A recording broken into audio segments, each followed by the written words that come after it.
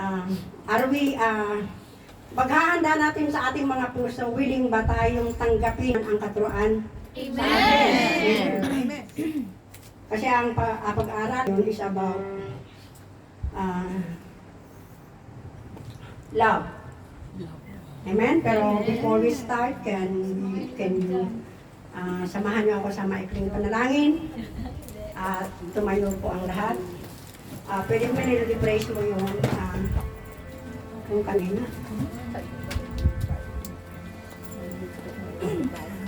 Love is the dwelling place. May habang ako'y nagpa-pray, pwede yung kantahin, tapos ako na lang magsasign ng stop kung kailan tayo mag-stop.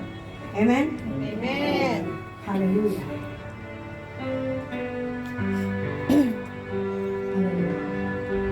Truly, O God, how lovely is your dwelling place.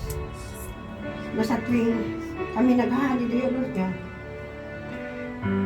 binibigyan mo kami ng kagalakan, ng excitement, na makapunta sa iyong banal na panambahan. Maraming salamat, Panginoon, sa oras na ito, Lord God. Open our hearts, O God. Open our minds. At lagi mo kami bigyan ng pusong magpakumbaba. Because it is your will, O Lord God, to humble ourselves. Because who are we?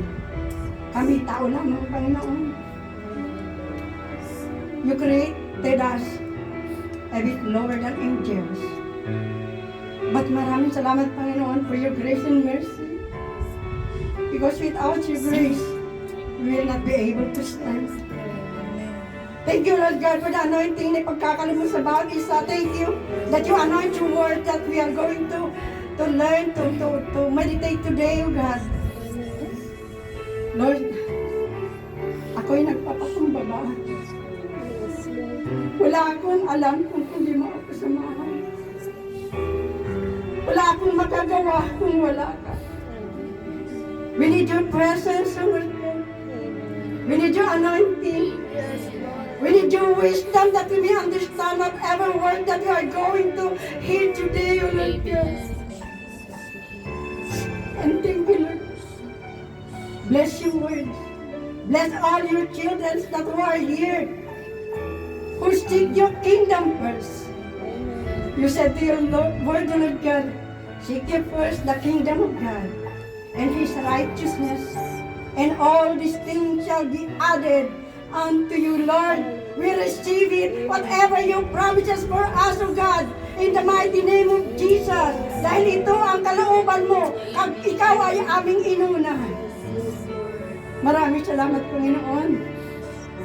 Lahat ng mga negatibo, the negative na inilalagay ng kaaway sa kaisipan at puso ng bawat isa sa amin, hindi namin ito tinatanggap. In the mighty name of Jesus, let the spirit of understanding be upon your people, O God. In the mighty name of Jesus, that we may understand whatever the teaching you are going to give to us today. The message, O God, in the mighty name of Jesus. At maraming salamat, Panginoon, for your anointing. Thank you. Thank you, Lord, for your faithfulness unto us in the mighty name of Jesus. At Lord, hide me in the shadow of your wings and let your glory shine alone in my life. Gamitin mo lamang ako, Panginoon, upang maihayag ang iyong salita sa araw na ito sa pangalan ni Jesus. Thank you, Lord. I acknowledge your presence right now. Holy Spirit, be with me, Holy Spirit. Anoint me, Holy Spirit. Give me the wisdom, Holy Spirit. Hallelujah. To God be the glory. In Jesus' name. Amen.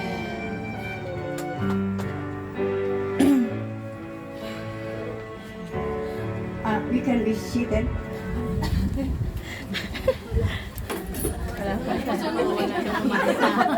Walang kumanta. Wala. Sabi ko kumakanta-kanta kayo, mahabang ako ay magsasalita. Hindi naman kayo kumakanta. Pero depressed kasi yung sinabi mo kaya. Pero okay lang yun, ganun talaga. At least, nakapokus tayo sa ating Amen. Ang puso ba natin ay handa? Amen. Ang puso ba natin ay bukas? Amen. Ang mga message today. To God be the glory. Ang ating pag-aaralan ngayon ay about love. sa Mark 12:30 to 31 or Matthew 22 to 37. Sabi ng Panginoon, love the Lord your God with all your heart, with all your soul, with all your mind, and with all your strength. Paano ba natin mahalin ang Panginoon? With all our heart. Surrender to His will. To worship Him, to honor Him, that we have to fear Him. Di ba pag yung, ito ay ang kanyang command. Kinakuman niya tayo na mahalin natin siya at mahalin din natin ang ating kapwa. Di ba? Sa Mark 12:30 and 31. Ang pagmamahal natin sa Diyos at pagmamahal sa ating kapwa. Yun ang ating pagbulay-bulayan ngayon. Amen? Amen. Hallelujah! Amen. God wants His people first and above all to love Him with all our heart. Yung puso, buong puso. Nagpupunta ba tayo dito dahil mahal natin ang Panginoon? Amen. So, sino nagpupunta dito na? Pupunta lang tayo dito dahil lang sa kaibigan, dahil sa pakikisama. Wala, amen. Nagpunta tayo dito. I believe not everybody who comes here today is because we love God. Amen.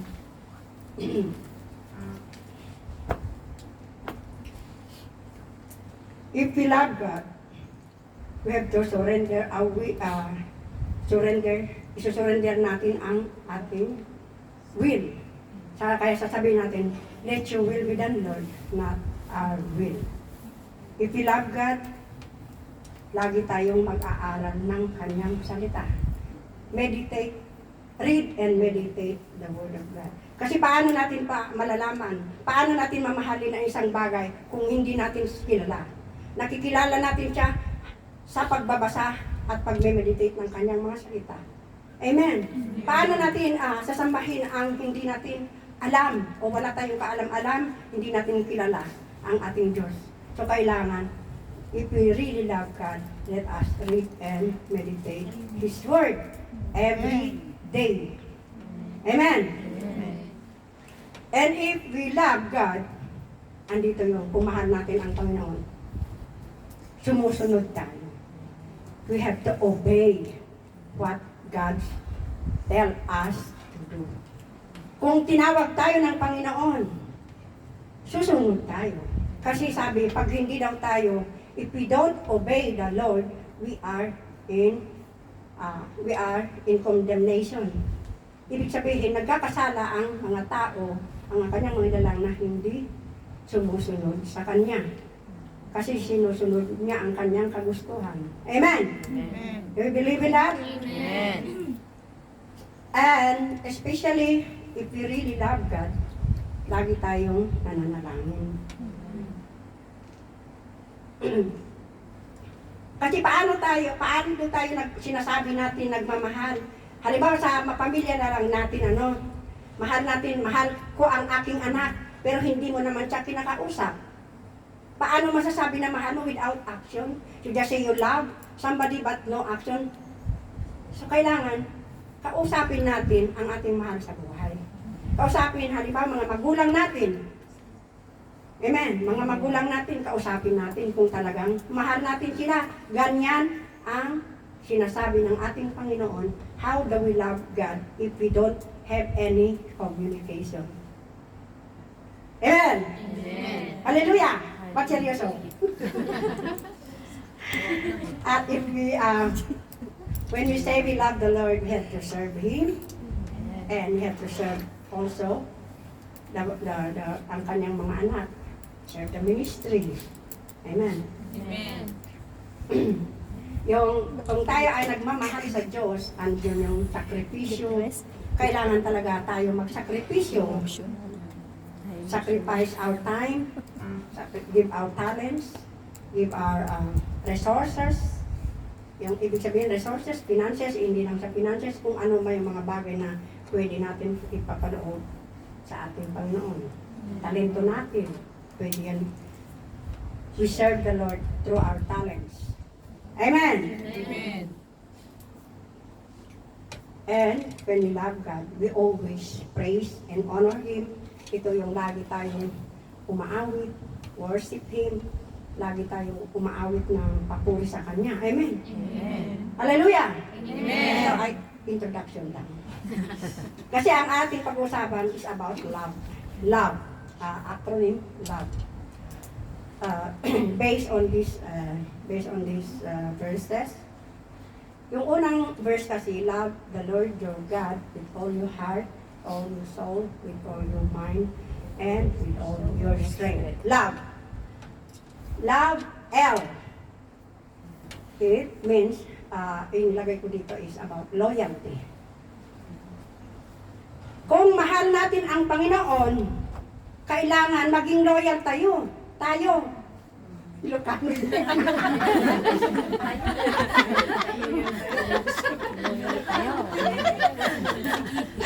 Pasensya na Ilocano. Loyal.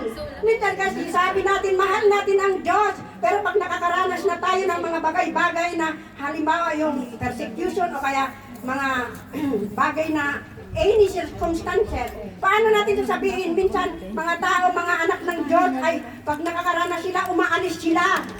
Bakit sila umaalis? Ibig sabihin, hindi nila mahal ang Diyos. Kasi kung talagang mahal nila, kahit anong mangyari, magiging loyal tayo sa ating Diyos. Amen. Katulad, naranasan natin ba yung tayo mga may anak? Yung anak natin minsan, mga rebelde. Pero dahil anak natin, kahit gaano siya kasama, mahal pa rin natin sila. Yung nagiging loyalty is also yung magkaroon tayo ng relasyon na talagang hindi ito talaga, kahit anong mangyari, hindi talaga siya mawawala. Ganyan ang gusto ng ating Panginoon, kaya niya sinabi to, kailangan meron tayong loyalty sa Kanya. Amen. Dahil siya mismo ang nagmahal sa atin. Bakit sinabi kong siya mismo nagmahal sa atin? Binigay niya ang kanyang bugtong na anak upang tayo ay may kaligtasan. Sabi na, for God to love the world that He gave His only begotten Son, that whoever believes in Him will not perish but have an everlasting life. You see how loyalty, how God loved us so much. Yung pag may loyalty tayo, alam mo yung nangyayari sa Pilipinas, walang loyalty, especially mga politicians. There is no permanent friend in politician, di ba? Kaya there is no loyalty.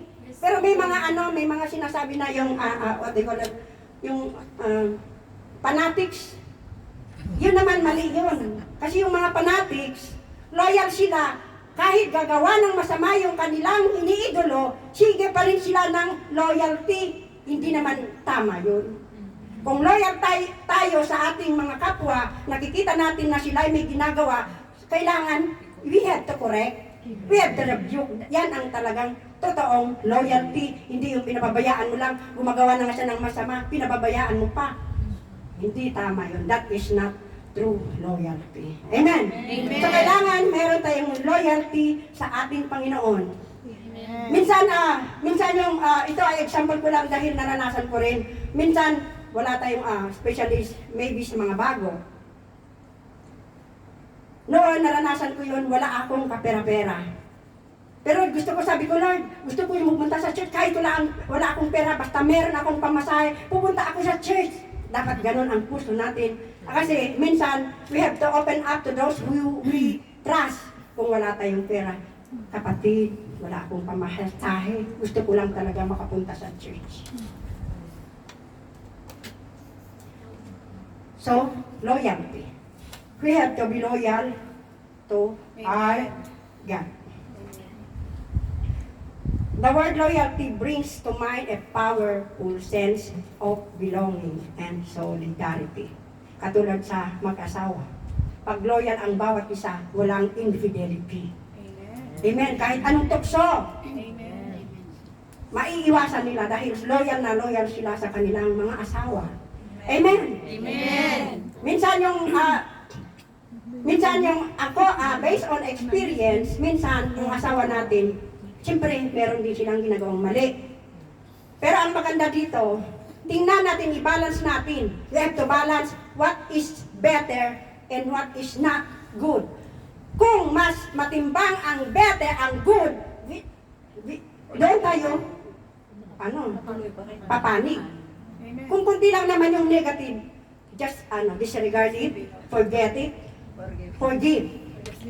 Amen. Amen. Lahat tayo, may mga asawa dito. Meron talaga nangyayari na ganun.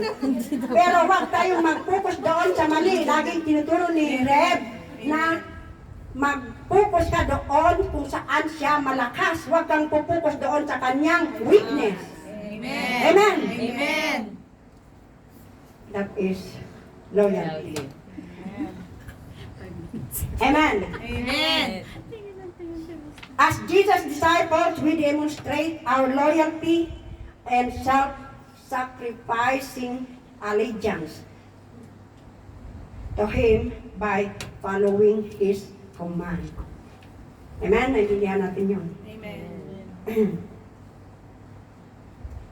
Minsan, we fail. Parang nataka-fail tayo. Sometimes sabi niya, but when we fail, to by completely loyal and steadfast to Him, we have His assurance that He will be loyal to us. Kasi sinabi niya sa Matthew 28 verse 20. Sabi niya dito, and surely I am with you till the end of age.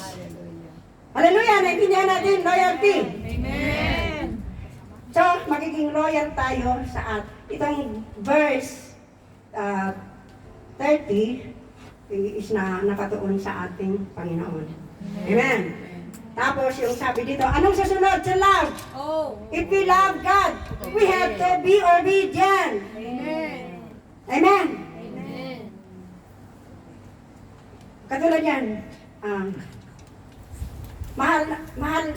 di ba yung na mga bata tayo, sabi na mahal natin ang ating mga magulang, minsan di tayo sumusunod. Siyempre, bata tayo. Pero pag may isip na tayo, siyempre, kung mahal talaga natin ang ating mga magulang, susunod tayo. Ganon din sa ministry. If we love God, we have also loved those people that the Lord has yung tinilaga para sa atin. Ang ating mga pinuno, ang ating mga pastors, the leaders. Amen. Amen. That's how to love God, we have to obey. Hallelujah! Amen. Sabi ng Lord, if you obey me, if you love me, you have to obey my command. Sa John 14:15, yata yun. If you love me, you will obey my command. John 14:15 at sa John 15:10, sinabi niya doon, kung mahal daw natin ang Panginoon, kailangan tayong sumunod. Amen. Hindi yung sarili natin ang sinusunod natin. Paano magkakaroon ng magandang samahan minsan between the leaders and the members kung walang obedience sa mga nasasakupan. Alalahanin natin ang mga leaders natin, ang mga pastors natin ay itinalaga ng Panginoon upang tayo ay mabantayan. The leaders or the pastors are our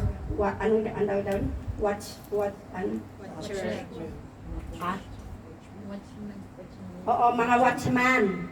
Watchman. Kasi sila yung nag-aalaga. Katulad sa mga flocks, ang kanilang taga-alaga yung mga pastor talaga. Shepherd. Pastor pala, shepherd. Amen. If you keep my commandments, you remain. Pag tayo ay nag-obey sa Panginoon, we will remain in His love. Yung lagi tayong mamahalin.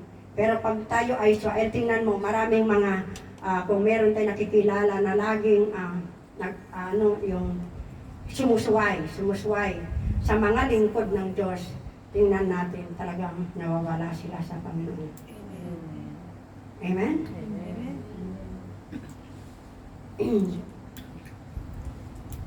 Hallelujah! Amen.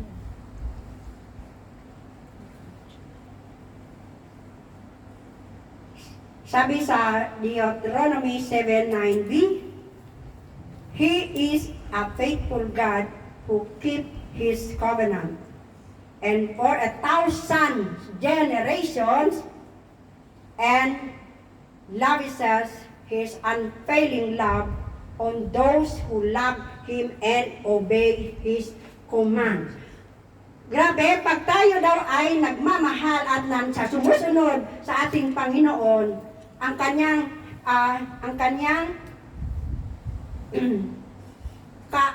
faithfulness, katapatan ay hanggang sa 1,000 generation. Amen. Sabi niya sa Deuteronomy 7:9b, He is a faithful God who keeps His covenant, yung kanyang covenant for 1,000 generations, and lavish, ibig sabihin, lavish ang kanyang pagmamahal to those who love Him and obey His command. Amen. So, when we love God, we have to obey. Obey the Lord and obey those who the Lord give to us yung mga pastor.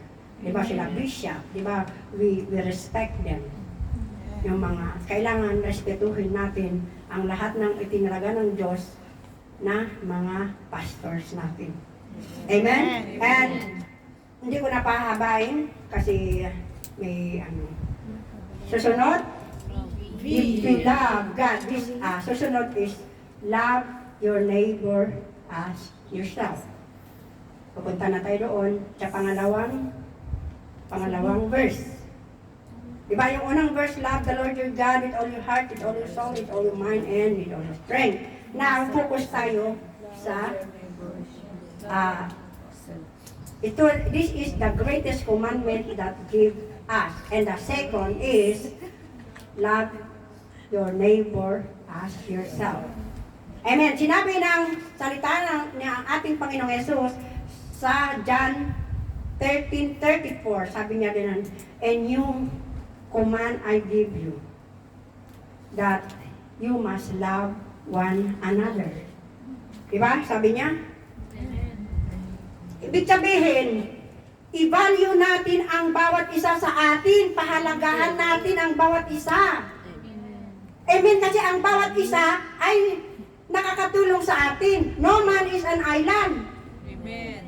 Amen. Katulad sa church, dito sa atin. Dito sa church may tagaluto. Dito sa church may marami. Tagalinis. Dito sa church may tagakain. Dito lahat, di ba? And if we value each and everyone, you have to appreciate whatever good, kung ano may mga nagawa ng bawat isa sa atin. So, we have to appreciate. If we value one another, we have to listen. Kasi minsan may mga problema. Minsan, may sasabihin ako, piling ganyan, ini-ignore natin. Paano yon? Hindi natin mahal ang Diyos kasi yung pagmamahal ng Diyos at pagmamahal sa kapwa, magkasama yan. Amen. Amen. Because God loves us first. So we have to love God at maging sa ating kapwa. Amen.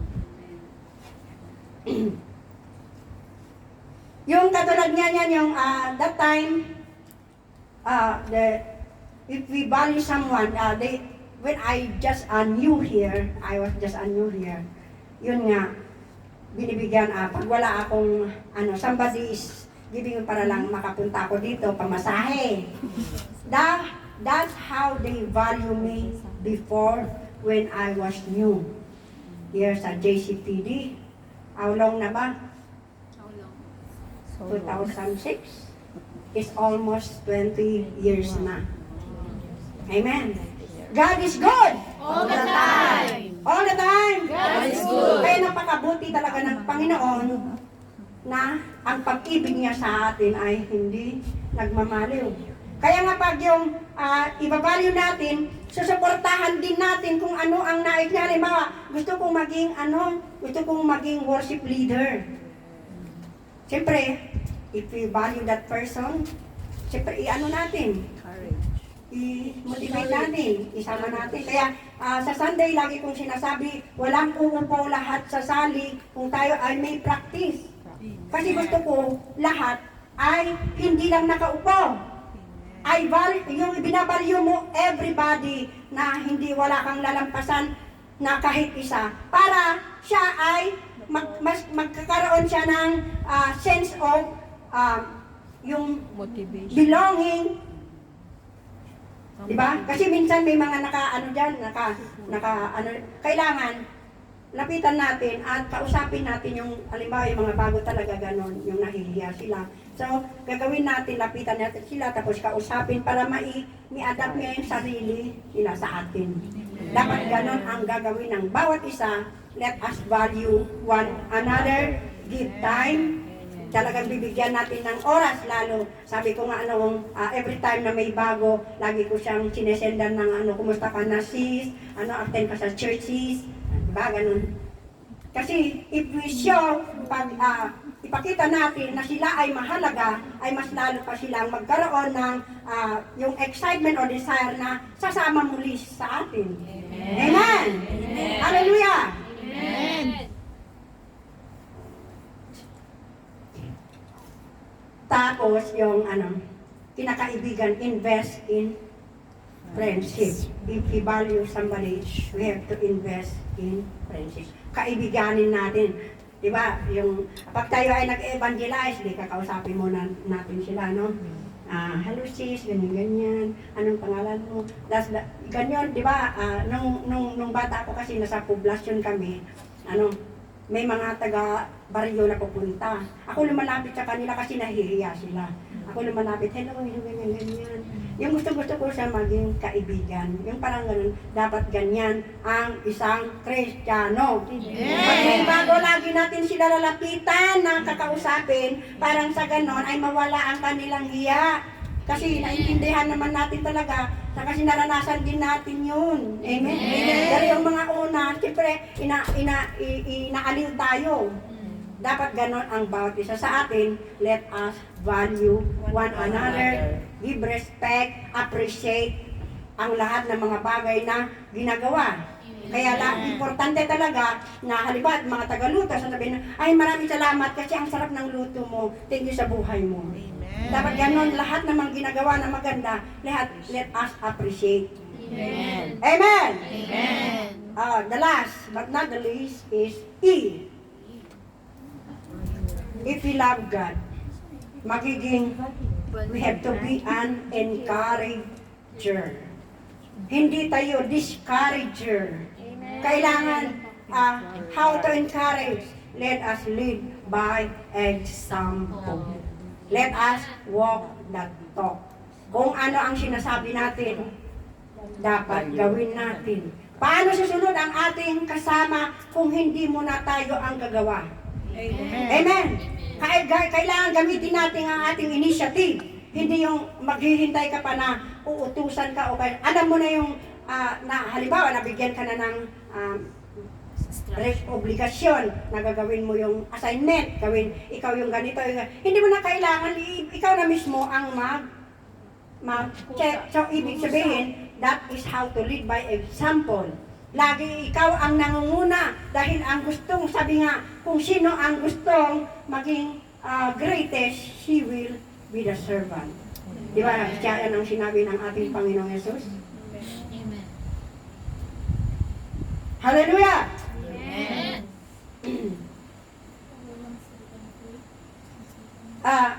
Meron verse dito yung sa Philemon 4:7, pero mahaba kasi ito eh. Ito yung sinasabi, let us praise the good you see people doing. Halimbawa, minsan napapansin, minsan, the leaders also, all the preacher also needs na i-acknowledge din natin yung mga ginagawa nila. Minsan kasi,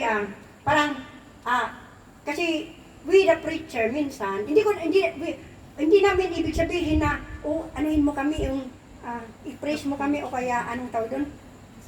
Pero, for the glory of God. Kasi minsan, naintindihan ba nila ang aming mga tinuturo? Kung walang magsabi na, ay, ganito. Meron ba tayo, yung talagang galing sa puso, hindi yung, ayaw ko naman yung makarinig ka ng flattering. Kasi flattering is a sin. Kasi hindi totoo yun. Kung ano yung totoo, yun ang sasabihin natin. Amen. Amen! Amen. Hallelujah! Praise the Lord! Are we blessed? Amen. Hallelujah! Tapos, we have to recognize their contribution, yung mga tao. Ito ay nag-encourage sa kanila na gagawa pa ng mas marami o mas maganda pa yung gagandahan pa nila ang kanilang mga ginagawa. Kung ini-encourage natin sila sa kanilang mga contribution. Amen! Ano ba yung dapat i-contribute natin? Especially sa church. Marami. Contribute natin yung mga talents. May mga, tingnan nyo ito, ang ganda.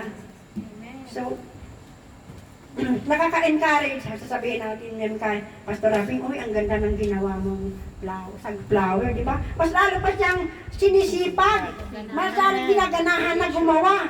Ganyan dapat magiging encourage tayo sa ating mga kapwa. Amen! Yung recognize their contributions, Romans 16 verse 1 and 2. Basahin nyo na lang kung hindi nyo. Amen? Amen.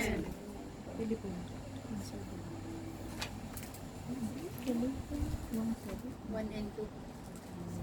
16. Remind people God sees their work and is pleased. Minsan yung mga may mga medyo walang confident pero gumagawa naman sila na yung feeling ba nila na hindi pa nila magawa. Pero tayo na nakakakita o kaya nakakaalam na tama naman yung ginawa nila pero wala lang silang self-confidence, sabihin natin, uy, nakita naman ng Diyos kung galing sa puso mo yan, nakikita ng Diyos ang iyong ginagawa, kaya wag kang huminto sa paggawa, halimbawa gumawa ng mabuti. So kailangan natin, para ma-encourage yung ating kapwa, isasabihin natin na ang Diyos ay napiplease sa kanilang mga ginagawa. Amen! Amen. Thank those people who for being a blessing. Kaya, to God be the glory lagi yung mga, especially sa mga nagbibigay ng kanilang tithes and offerings. We have to thank them, everybody, sa mga nagbibigay. Kasi ang especially pang nagbibigay ay masaya. Yung sabi nga, buong puso ang yung pagbibigay ay kinalulugdan siya ng Diyos. Yung mga nagbibigay, hindi yung magbibigay ka na meron ka pang grumbling. Magbibigay na nga ako ng tithe para walang masabi. Dapat hindi ganun. It's from the heart because a cheerful, God loves a cheerful giver. Amen! Hallelujah! Hallelujah. So, kailangan para katulad niya, ano ba yung sabi ng ating Panginoong Yesus sa kanya? Sabi niya, kung ano daw ang ginagawa ng kanyang ama, ay ganyan ang kanyang ginagawa. Dapat ganon din tayo, especially if we are leaders. Dapat ang gagawin natin ay yung nakaka-encourage. Pag na-encourage na yung ating mga members, sila na rin gagawa. Kasi ano yan anong tawag doon? Step. Katulad yan, yung mga nakaraan, di wala na sila. Paano na kung wala na kami? At least dapat mayroon papalit, di ba? Meron, yun ang ibig kong sabihin. Kaya kailangan tayo mag-encourage sa mga anak ng Diyos na patuloy lang kung anong meron ka, kung anong talento mo, magpatuloy lang, gamitin mo ito para for the glory of God. Amen? Amen. Hallelujah! Thank you, Lord. Dito na ako nagtatapos. At yun nga, if we really love God, we have to be loyal to the Lord. We have to obey. And if we really love God, we also love our neighbors. Babalyo natin ang ating mga kasama at magiging encourager tayo, hindi tayo discouragement sa iba. Amen. Amen. Kasi pag yung ibig sabihin, pag discouragement ang nakikita naman, sabi nga, may sinasabi na nagpupunta pa naman sa church, pero ganyan ang ugali. So, wala. Paano ka makaka-encourage doon kung ang makikita ng iyong kasama ay puro mali? So, dapat maganda ang makikita. Parang sa ganon ay mas lalo pang ma-encourage. Ang bali sa hallelujah. So, this is the word of God. To love the Lord your God with all your heart, with all your soul, and with all your mind, and with all your strength, and love your neighbor as thyself. Amen. To God the glory. Aawitan natin ang Panginoon. Yung, if we really love the Lord, huwag tayong mag-focus sa ating katabi. Awitan natin siya. Meditate the song. Dahil pag yung naintindihan natin yung awit, nagre-rema sa puso natin. Amen. Amen. Kung iniisip natin na yung boses natin ay hindi maganda, wala yun. Ang Panginoon nakakaintindi noon. Basta galing sa puso mo yung pag-awit, naintindihan mo yun. Tinatanggap mo yun. Amen. So let us sing the song. Yung, kaya tayo nagpupunta dito. Sabi nga, lovely is the dwelling place of the Lord. Sabi nga niya doon, yung we have to follow after Jesus. If we love God, we have to obey His command. If we love God, kailangan natin na kahit anong mangyari, hindi tayo mawawala sa Kanya. Hindi tayo aalis sa Kanya.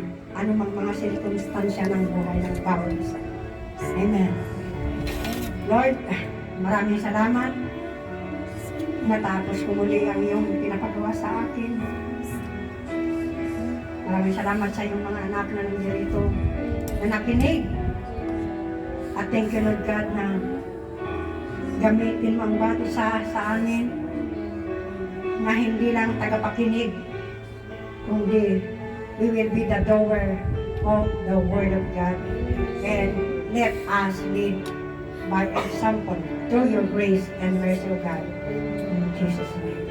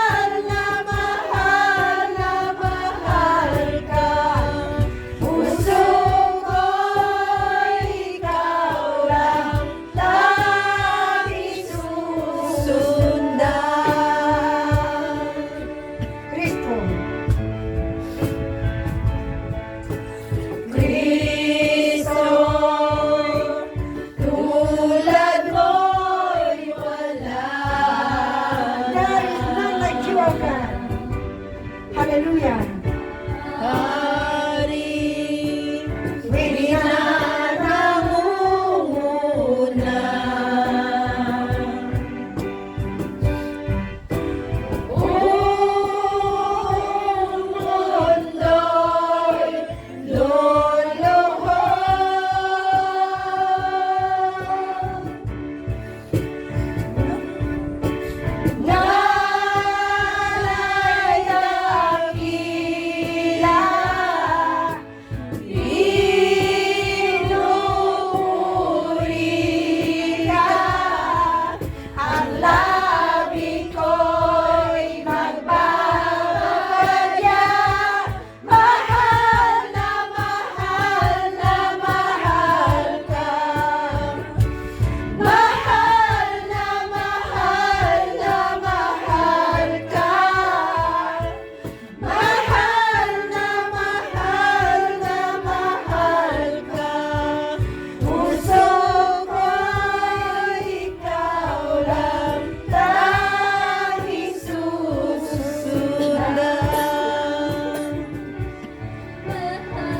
Sige, awit. Mark na kayo.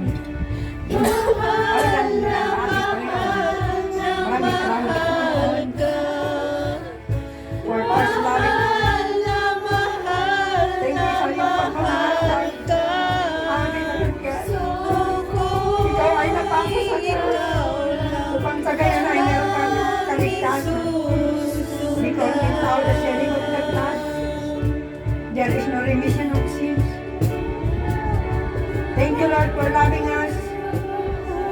And we love you, O Lord, from the bottom of our heart. Lord, buksan mo ang puso ng bawat isa sa amin, Lord. Padama mo, Panginoon, ang pagmamahal mo sa bawat isa sa amin.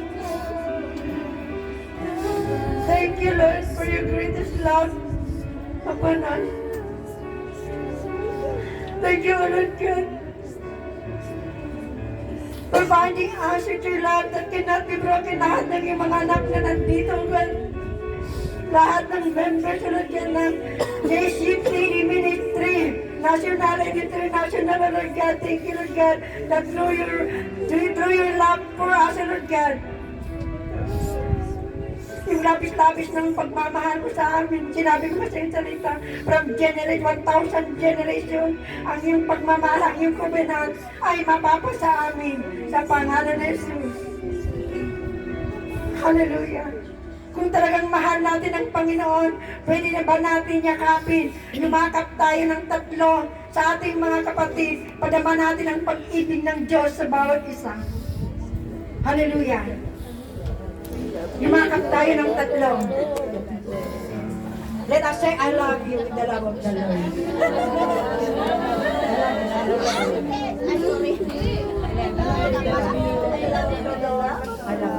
you. Hallelujah.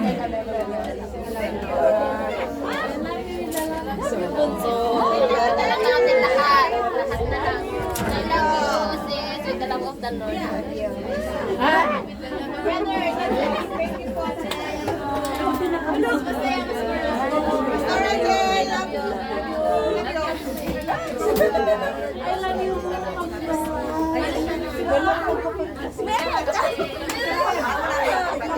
Dami na niya ako.